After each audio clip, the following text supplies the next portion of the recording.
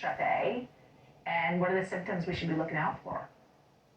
Right. It's one of those things. We know strep is a very common bacteria that's normally in our nose and around our body. Unfortunately, though, it can become invasive. And we see some signs when we have strep throat. You hear people say they have the kind of white pus that's within the tonsils of the child or a red throat.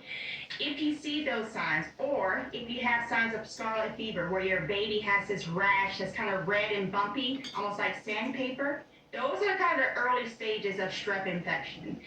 Unfortunately, you can have where this bacteria spreads throughout the body and cause some devastating consequences for your lungs, for your skin, which is your largest organ system. So if your child is developing any signs of respiratory distress, and that means flaring of their nose, especially if they're a little tiny baby, if you see them really working and using their chest muscles and their abdominal muscles a little bit more, bring them in ASAP, because we can't put them on antibiotics and save their lives.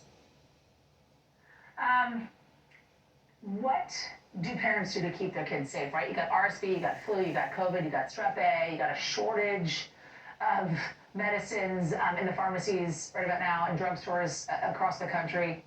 And you got a holiday happening with families gathering from across the country. How do you stay healthy? Yeah, and unfortunately, we have another thing to consider with this winter storm that's going through, that's forcing people to stay indoors and not necessarily open up their windows because it is so cold outside.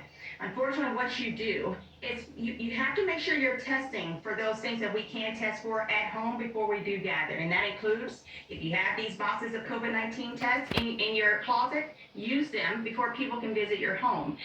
Making sure we do basic things like washing our hands and making sure we're practicing clean hygiene, that can reduce that group strep, the passing of the strep amongst the family members. And the main thing, if you are symptomatic in any sort of way, do not visit your family members. Stay at home. We can always FaceTime. We've gotten used to Zooms at this point, but it's better to be safe than sorry. Because unfortunately, we have 2 children who have passed away in Colorado from invasive group strep. We've had over an increase of 21 children in England that have passed away. This is not just a United States phenomenon. And we're seeing increases of cases 4-fold in Texas from this year than there was last year. We have to be safe. Wow. We have to be safe. Dr. Emily Hilton, thank you. All right, everybody, it has been a busy 2022.